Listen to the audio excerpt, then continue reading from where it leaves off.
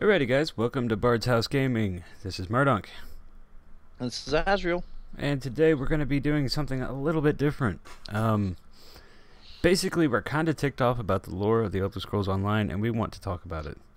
And we figured, hey, why not record it and tell people what we think? So, to start out with, a lot of people have complained because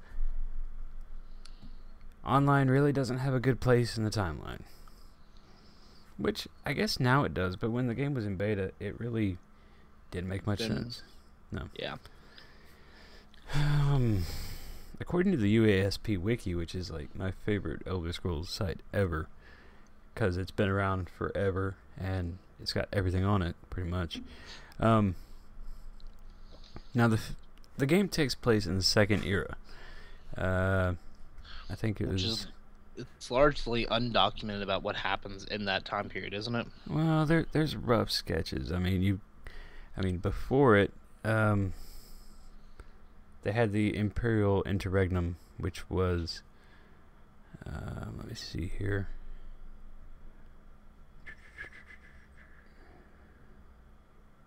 Well, I'm not really sure at this point what that was. And the Akaviri invasion. You see, Akavir is an island way off the east coast of Morrowind. Well, the eastern coast of Tamriel. And the whole idea of the Imperial family being dethroned and the Akaviri taking over for a certain period of time, that all happened. But when it comes to the Three Banners War, I mean, this is weird because you've got, like I said in the review, you've got the Argonians, which hate the Dark Elves, and the Nords, which hate the Dark Elves, allying with the Dark Elves. They're all in there together. I mean, what kind of sense does that make? I mean, the only reason that these races didn't go to war during the Imperial periods is that, you know, they were all Imperial provinces. They had no choice but to be buddy-buddy, even though they really didn't like each other anyway. But the game begins in the Second Era, 582. This is several years after Emperor Leovic of Cyrodiil is overthrown by Baron Aquiliaros. And that is Aquiliarios. That is a crazy name to try and say, especially if you're like me and you got a dumb tongue. But it also does take place after the Akaviri invasion as well. Well, which is what brought the Nords, the Dark Elves, and the Argonians together. Yeah. It was supposed to be a temporary pact. That happened in 572. The Akaviri invaders of Morrowind are defeated, and the funny thing is, the Akaviri. It's weird though because the Akaviri invaders are killed when the land mysteriously becomes flooded. Despite the extensive flooding, almost no Dunmer people are injured or killed. Legend has it that the god Vivek taught the Dunmer to breathe water and flooded the island. Another version of the event states that Adasun Dir Kamal landed in northeast Skyrim with an Akaviri army and proceeded to capture Windhelm. En route to Riften, Dir Kamal, whatever, learned that it was protected by forces under Jarun, the Skald King, and Wulfhart, the Ash King, and bypassed that city in favor of attacking Mournhold. Dir Kamal was trapped between Jarun's forces and a Dunmer army led by Almalexia, with the timely aid of a phalanx of Argonian troops. And there we have the, almost a Daggerfall Covenant. We have the Ebonheart Pact. So, you still have the Empire working as a cohesive unit, even though the Empire wasn't in power at that time. Well, technically, there is someone sitting on the throne. Yeah, but he's not a dragon blood by this point. No, he's not. He dies anyway, so it doesn't matter. The one who's sitting on the throne at this current time. The thing about Baron Aquiliarios leads the 5 companions on a quest to retrieve the Amulet of Kings. Speaking of the Amulet of Kings, anyway. Okay, I realize that Bethesda wanted to go all, you know, hey, Martin was a Dragonborn. let's make everybody a Dragonborn. You know, I understand they wanted to do that, and I know that they probably had this all planned out, and that the ending of Oblivion was some kind of foreshadowing. But where does the Amulet of Kings fit into all this? If Alessia was the first of the Dragonborn Empresses or whatever, then, well, okay, it just doesn't make sense. I mean, Talos was a Dragonborn. Then he became the great dragon of the sky, the ninth divine. Anyway, back to what I was talking before I diverged. In the middle of the Second Era, the Five Covenants embarked on a quest to rediscover the Amulet of Kings. Their leader, Baron Aquarius, however you say it, was led to believe that the amulet could be used in a ritual which would rekindle the dragon fires and make him a true Dragonborn. This would allow him to be recognized as a legitimate ruler of the Empire. That never came to be, because, yeah, I mean, you see that pretty early on in a vision in the game. After years of searching, they found the amulet. In Second Era, 579, they started the ritual in the Imperial City. It was then that Manimarco, another one of the companions, revealed his treachery and corrupted the ritual to break the ancient covenant between Akatosh and mortals. This caused a catastrophic event known as the Soul Burst. In the chaos, Sai Sahan took the Amulet of Kings and fled, and hid it in Sancre Tor. The amulet stayed in Sancre Tor until Talos found it. But this says that Sancre Tor was ruins. Back then. You see, it's just, it doesn't make sense. Yeah. Well, it's possible, because neither of us have been there, that when Moloch Ball's agents were looking for the amulet, they destroyed the city. That's possible. There is, well, I mean, that's the thing though. It shows Sancre Tor as underground ruins in ESO. That's something we haven't been to yet. That's in Cyrodiil, I believe. Yeah, it's in Cyrodiil. The Dragon Guard tomb. Yeah, I mean, there's the outside of it. It is destroyed. But the thing is, this was a fort that was in, wasn't it? In Oblivion. Yeah, it was where you go to do something with it. I don't know. That I haven't played Oblivion in forever. I always tried to go up there, and I tried to get the Skyrim back then. Hey, I was hoping. I didn't know we'd actually go there in the very next game. There's these things called magic walls. Oh yeah, Invisible walls. Gotta love the invisible walls blocking you off for no good reason. Yeah. But Alessia received divine inspiration for her slave rebellion at the site of Sancre Tor. See, Alessia was this great divine saint. Isn't she one of the goddesses of the... Well, no, she's not divine herself. She's a saint. Oh. She was the leader of the rebellion of the humans. Well, I guess it would have been Nords. The humans of Cyrodiil from slavery of the Aliens. They would become the... That's the Imperials. Yeah, but at one point they're all Nords. You see, the Nords came from Atmora, which is a continent to the north of Skyrim, pretty much where the North Pole is. The Nordic people. Or Nidic people. Basically giants. Yeah, so the Nedics come in, and they spread all across Tamriel. They end up becoming the Bretons, the Imperials, the Nords. So, and so of course the White Gold Tower in Cyrodiil, being an Iliad city to begin with. The White Gold Concordant. Cool. This is all before the White Gold Concordant. Yeah, this is first era stuff. Yeah, it's just, there's so much history to go through. Oh yeah. Because you've got first era, which was Alessia, and her covenant with Akatosh, and then you've got, you know, that's the lighting of the Dragonfires right there, because the aliens were getting support from Daedric princes. They worshipped the Daedra. Fuck the Daedra. And that's part of what caused the second era Emperor what's-his-face, the guy that this guy overthrew, to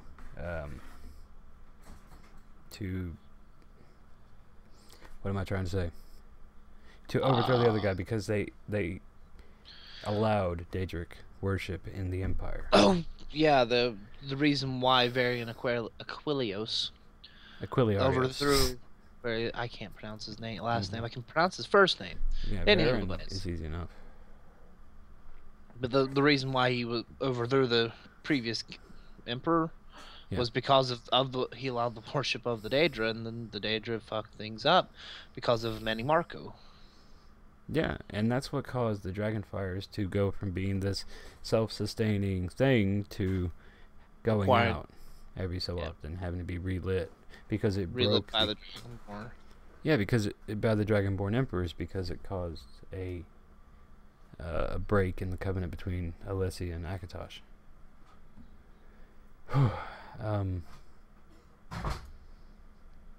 Or maybe I'm wrong about that. I'm not entirely sure. Maybe I should do more research next time. Research is always good. And I used to know a lot of...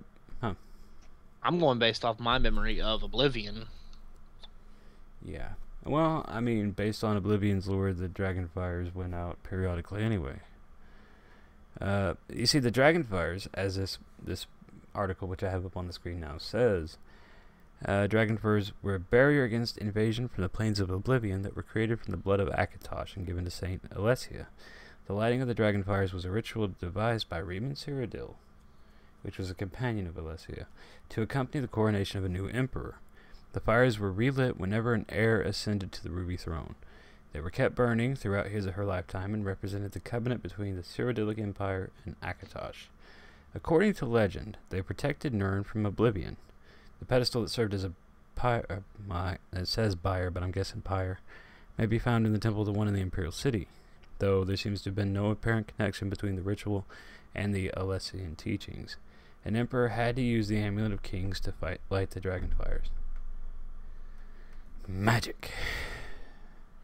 The darkening of the Dragonfires played an essential role in Oblivion, obviously, because... So when Martin Septim in Oblivion shattered the Amulet of Kings, the barriers were resealed permanently? Yeah, it closed shut the doors of Oblivion. It made it to where they were unnecessary. But it did leave the one Daedra in the city. What, Mehrunes? Yes, Mehrunes Dagon. Yeah, but it sent him back to Oblivion before. Oh, did it? Yeah. I didn't realize that. Anytime a Daedra is killed on Nirn, he's automatically sent back to Oblivion. So they never really die. They're like demons.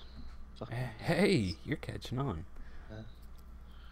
Let's see. Point is, Daedric. By the time of Skyrim, the tradition of the Dragonfires is gone, and it's like 30 years later, isn't it? 200. 200? Yeah. There's a lot of history. Yeah. Look at this. It's the second era. Let's go to the fourth era. Yep, 2nd century. Yep. All of the Dragonborn events.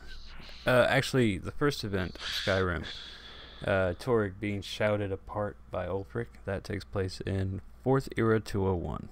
Exactly 200 years. Almost. Then Mackay. Yeah. But the funny thing is, after the Septim line ends, everything goes to hell. I mean, you've got the Artaeum disappearing, which was a big... it was the third largest island in the Somerset Archipelago.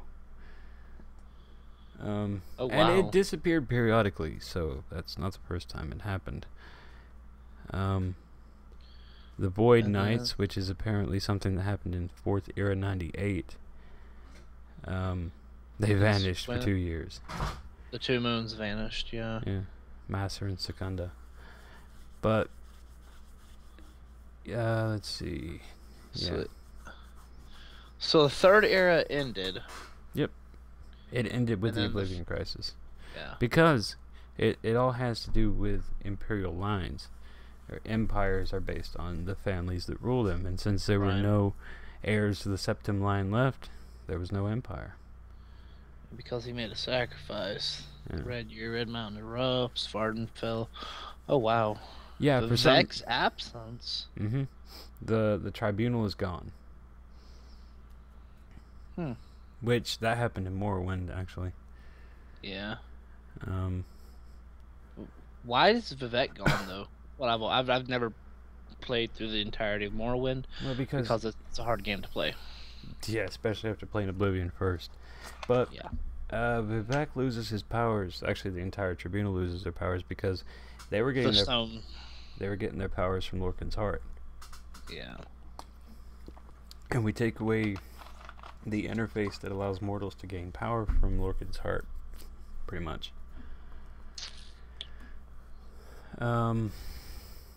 Thalmor. God, I hate Thalmor. Yeah, I mean the Aldmeri Dominion, which has existed ever since the first era, comes back stronger than ever. And, you know, even when the Aldmeri wasn't the ruling government of the Altmer, it was still a political party. Usually a pretty vocal minority. When they finally came back, they came back with a vengeance and turned the entire High Elven society into Alinor, which is this big "we're better than you" type thing. They're trying to save humanity from themselves, or so they think.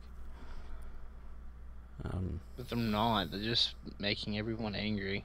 Mm-hmm. And with no emperor to rule the empire, the provinces fall into chaos. Yeah. But yeah, Ministry of Truth becomes unstable. It just like what's happening in the second era. Well, no, the Ministry of Truth was a moon that Vivek froze in place as it was coming to hit the city. Oh shit! That's right. And then it boom. Yeah, it goes boom. Red Mountain explodes, and all of Morrowind is toast. I don't know why though. Morrowind was awesome. But player decisions. They don't have a new emperor until 17 years later, when a Colobian warlord named Titus Mede captured the imperial city and his crown. I don't think he stays long. No, well, it doesn't really say here. And Umbriel, a floating city that's mentioned in one of the books, is weird. Because, it's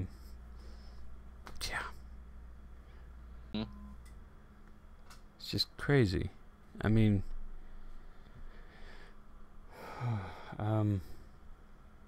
yeah.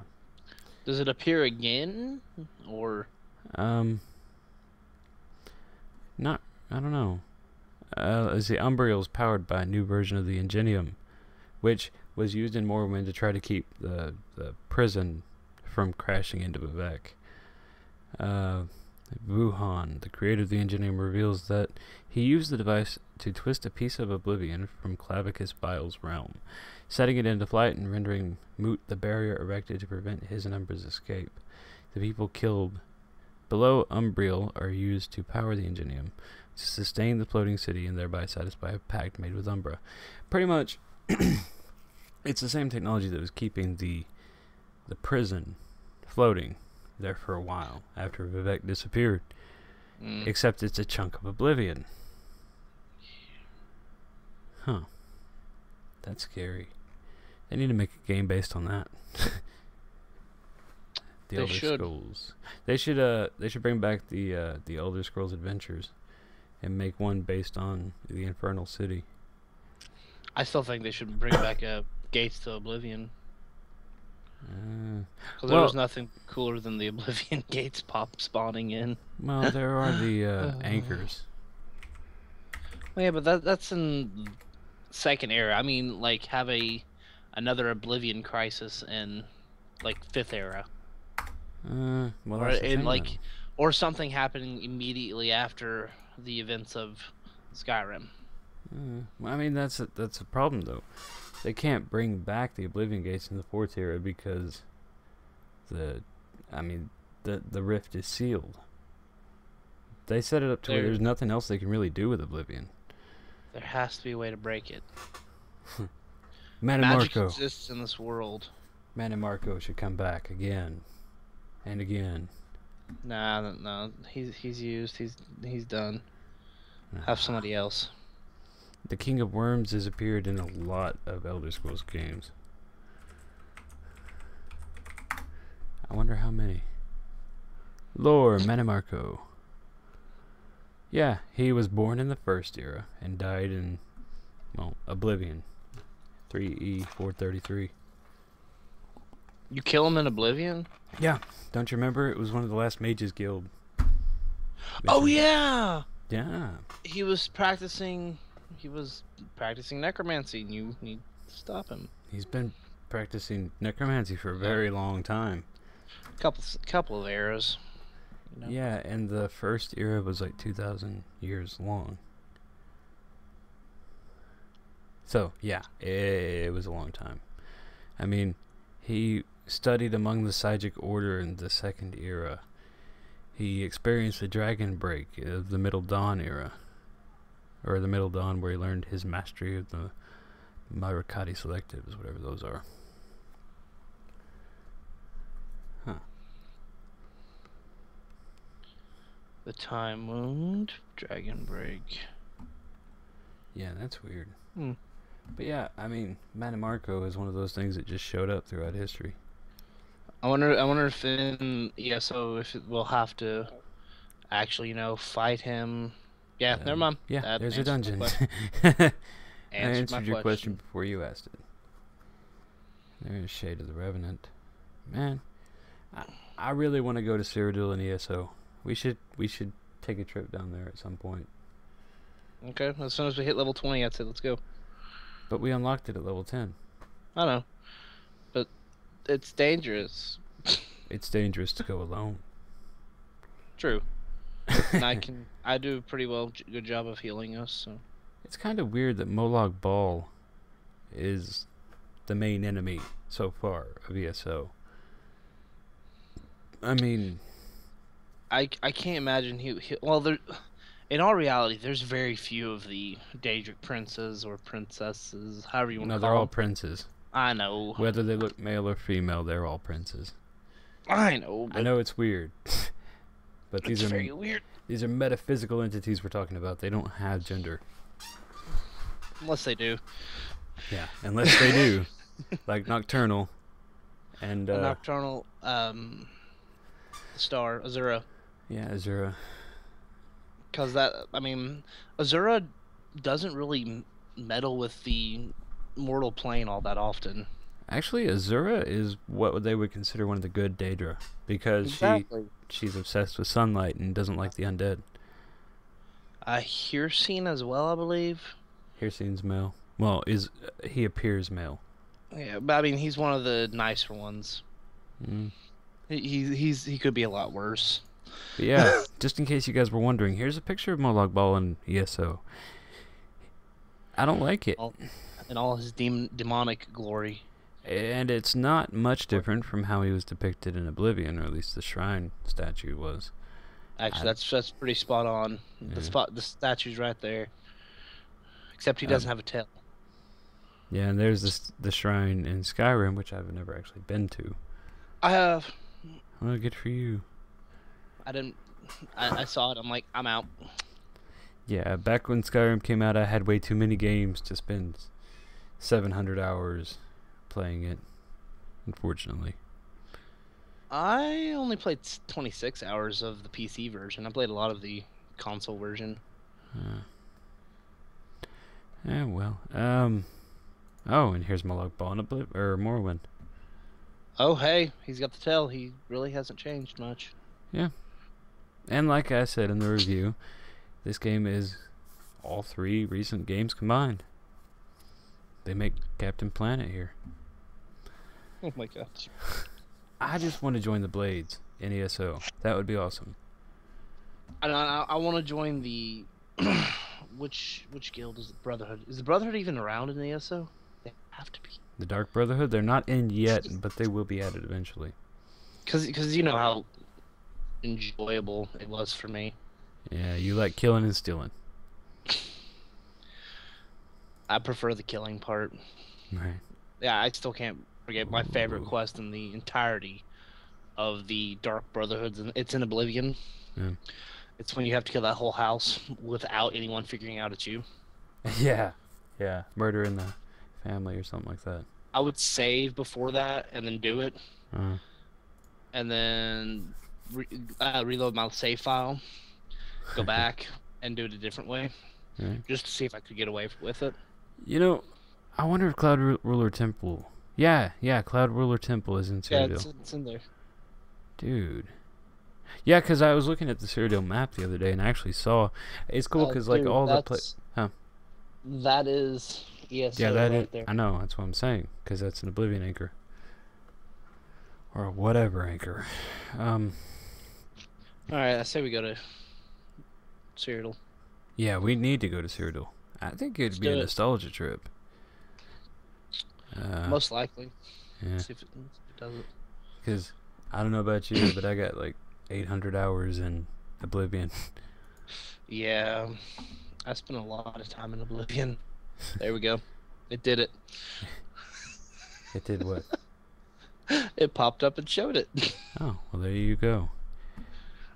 But yeah, I guess 30 minutes is long enough for a podcast. What do you say? That sounds like a good idea to me.